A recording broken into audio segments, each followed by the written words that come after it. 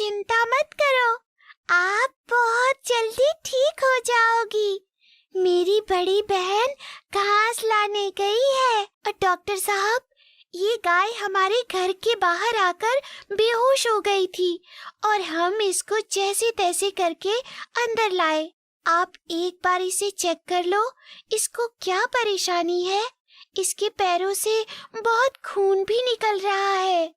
ये कहानी है सीतापुर गांव की, जहां रामू और रेखा की 3 लड़कियां थीं। उन्हें अपनी 3 लड़कियों की बहुत खुशी थी, मगर उन्हें दिक्कत सिर्फ एक बात की थी कि उनके घर में बहुत गरीबी है और लड़कियों का खर्चा तो और भी ज्यादा होता है। रेखा, भगवान ने हमें 3 लड़कियों का सुख दिया है, पर मुझे हमेशा डर लगा रहता है कि पता नहीं हम इनको कैसे पाल पाएंगे। घर में इतनी तंगी रहती है, पता नहीं भगवान कैसे करेगा, कैसे इनकी पढ़ाई होगी और कैसे शादी। अजी आप चिंता क्यों करते हो? भगवान ने अगर हमें 3 लड़कियां दी हैं, तो इनके बारे में कुछ तो सोचा ही होगा। सब कुछ ऊपर वाले पर छोड़ दो और बस आप मेहनत करो। हाँ, बात तो तुम सही कह रही हो। मैं कल ही दूसरी नौकरी ढूंढने जाऊंगा, क्योंकि मुझे नहीं लगता कि खेती बाड़ी करके कुछ खास पैसे आएंगे। दूसरा काम होगा तो पैसे भी ज्यादा आएंगे। अगले दिन रामू काम की तलाश करता है। तभी उसे एक कंपनी में इलेक्ट्रिक मशीन चलाने का काम मिल जाता है। रामू का ये नया काम बहुत ही कठिन था, क्योंकि ज्यादातर इलेक्ट्रिक मशीन चलाते वक्त उसमें बहुत तेज करंट आ जाता था। उसका मालिक उसे कहता है, देख भाई राजू, इलेक्ट्रिक मशीन चलाने में बहुत खतरा होता है। अगर तुझे मंजूर है तो कल से काम पर आ जा, मगर यदि कभी तुझे कुछ हो गया तो उसके जिम्मेदार हम नहीं होंगे। मालिक, आप बस मुझे पैसे समय पर दे देना, बाकी मुझे कोई दिक्कत नहीं है। मैं कल से काम पर आ जाऊंगा। राजू खुश होता हुआ घर चला जाता है। उसकी बीबी उससे काम के बारे में पूछती है। अजी, आपको क्या काम करना होगा नई नौकरी में? देखिए, मैं कह देती हूँ, हम कम खा लेंगे, मगर आप कोई जोखिम भरा काम मत करना। अरे नहीं रेखा, मेरा तो बैठने का काम है, मैं ठेकेदारी करूंगा। अरे वाह, चलो अब हमारी तीनों बेटियों की पढ़ाई लिखाई अच्छे से हो जाएगी। राजू अपनी पत्नी को भी सच नहीं बताता और अगले दिन से काम करने लगता है। कुछ साल उनके राजी खुशी बीत जाते हैं। अब तीनों लड़कियां 7-8 साल की हो चुकी थीं। साथ ही तीनों लड़कियां बहुत ज्यादा समझदार थीं। उन्हें अपने माँ बाप की सारी परेशानियां समझ आती थीं और वो और बच्चों की तरह कोई डिमांड भी नहीं करती थी। एक दिन राजू की कंपनी से एक लड़का भागता हुआ रेखा के पास आया। भाभी जल्दी अस्पताल चलो, राजू भाई को बहुत तेज बिजली का झटका लगा है, उनकी हालत बहुत खराब है। ये आप क्या कह रहे हो भैया? उन्हें भला बिजली का झटका कैसे लग सकता है? वो तो ठेकेदार हैं, फिर बिजली का काम क्यों करने लगे? ठेकेदार? भाभी, आपको कोई गलतफहमी हुई है शायद। वो तो इलेक्ट्रिक मशीन चलाता है, उसमें कभी कभी बहुत ज्यादा करंट आता है, इसलिए आज राजू भाई को करंट लग गया। आप जल्दी चलो। रेखा तुरंत अपनी तीनों बेटियों से रोते हुए कहती है, बेटा, जब तक मैं घर नहीं आती तुम तीनों शैतानी मत करना और कहीं बाहर मत जाना। ठीक है माँ। रेखा राजू के पास चली जाती है। तब उसे पता चलता है कि राजू हमेशा के लिए पैरालाइज्ड हो चुका है। राजू ने जो थोड़े बहुत पैसे अपनी तीनों बेटियों के लिए जोड़े थे, वो उसके इलाज में खर्च हो जाते हैं। कुछ दिन बाद घर में खाने के लाले पड़ जाते हैं। तब रेखा अपनी तीनों बेटियों से कहती है, बेटी, अब तुम तीनों बड़ी हो चुकी हो और काफी समझदार भी हो, इसलिए मैं तुम्हें एक बात कहना चाहती हूँ। तुम्हारे पापा को पैरालाइज्ड अटैक आया है, इसलिए अभी कुछ दिनों वो बिस्तर पर ही रहेंगे और इस वजह से किसी न किसी को घर से बाहर जाकर काम करना होगा। इसलिए मैंने सोचा है कि अब से मैं काम करने जाऊंगी और तुम तीनों मिलकर घर की देखभाल करना। माँ, आप चिंता मत करिए, हम तीनों बहनें घर का और पापा का अच्छे से ख्याल रखेंगे। बस बेटा, यही उम्मीद है तुम तीनों से। फिर क्या था, रेखा घरों में झाड़ू पोछे का काम शुरू कर देती है और तीनों बहनें घर को संभालने लगती हैं। एक दिन सबसे छोटी बहन घर के बाहर खेल रही थी। तभी एक गाय घायल हालात में उनके घर के सामने आकर बेहोश होकर गिर जाती है। दीदी देखो, ये गाय माता बेचारी गिर गई है, जल्दी आओ, इसकी मदद करनी है। दोनों बहनें घर के बाहर आकर देखती हैं। एक काले रंग की गाय जिसके दोनों पैरों में चोट लगी थी, बेहोश पड़ी हुई थी।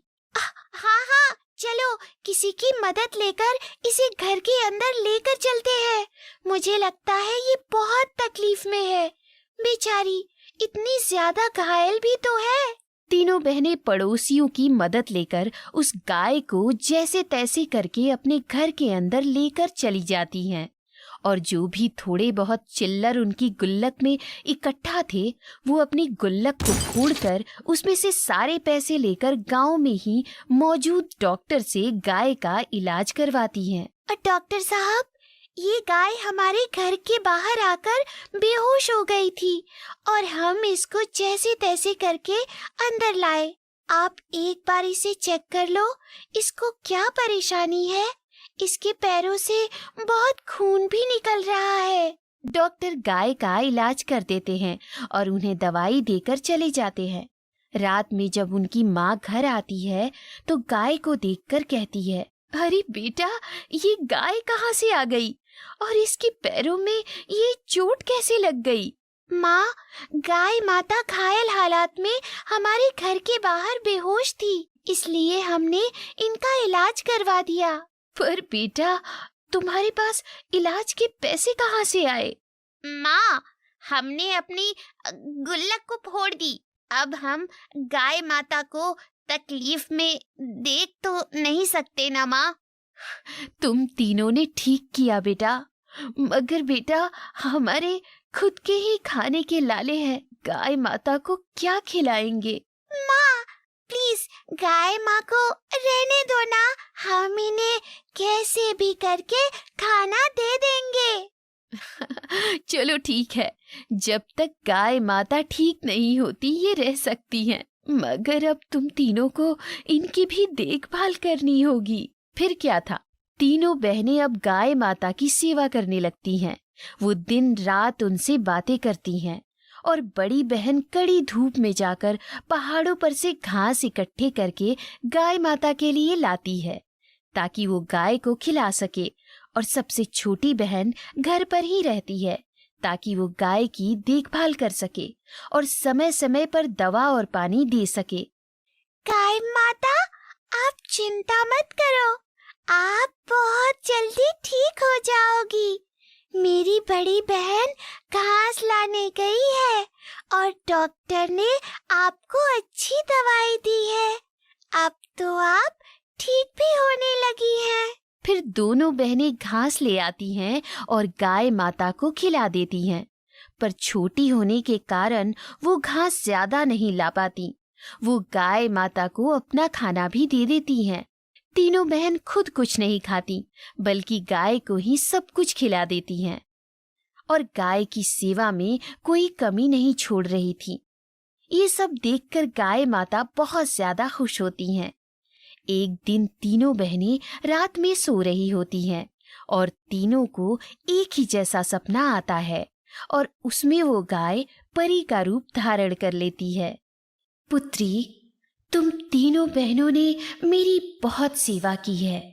खुद भूखी रहकर मुझे पेट भर भोजन दिया, इसलिए आज मैं तुम तीनों बहनों को जादुई होने का वरदान देती हूँ। आज से तुम जो कहोगी वो सच हो जाएगा। अगले दिन जब तीनों बहनें उठीं और गाय को देखने गई तो गाय वहां मौजूद नहीं थी। अरे, गाय माता कहाँ चली गई? पता है तुम दोनों को, कल मैंने सपना देखा, हम तीनों जादुई बहनें बन गई हैं। काश ये सच होता तो आज हम तीनों के लिए बहुत अच्छा खाना हम मंगा कर लाते। बड़ी बहन ऐसा कहती ही है कि तुरंत उसके पास खाना आ जाता है। तीनों बहनें ये देखकर खुश हो जाती हैं। दीदी, काश हमारे पापा ठीक हो जाते। तभी उनके पापा बिल्कुल ठीक हो जाते हैं और तीनों बेटी को आवाज लगाते हैं। बेटा, तुम तीनों कैसे हो? पता नहीं ये जादू कैसे हुआ, मैं बिल्कुल ठीक हो गया। पापा, ये जादू हम तीनों ने किया है। हमें गाय माता ने जादुई होने का वरदान दिया है। ये तुम तीनों क्या कह रही हो? बेटा, ऐसा नहीं होता। पापा, मैं आपको अभी दिखाती हूँ। काश हमारा घर बड़ा और अच्छा होता और हमारे पास बहुत सारा पैसा होता। छोटी बहन के ऐसा कहते ही उनका छोटा सा घर बड़े घर में बदल गया। तीनों जादुई बहनें और पिता बहुत खुश होते हैं। तीनों जो बोल रही थी सब सच हो रहा था। इसलिए तीनों जादुई बहनों ने अपने माता पिता की सारी परेशानी को दूर कर दिया। फिर वो पढ़ाई करने लगी और अपने जादू से लोगों की मदद भी करने लगी। मगर तीनों जादुई बहनों ने कभी भी अपने जादू का गलत इस्तेमाल नहीं किया।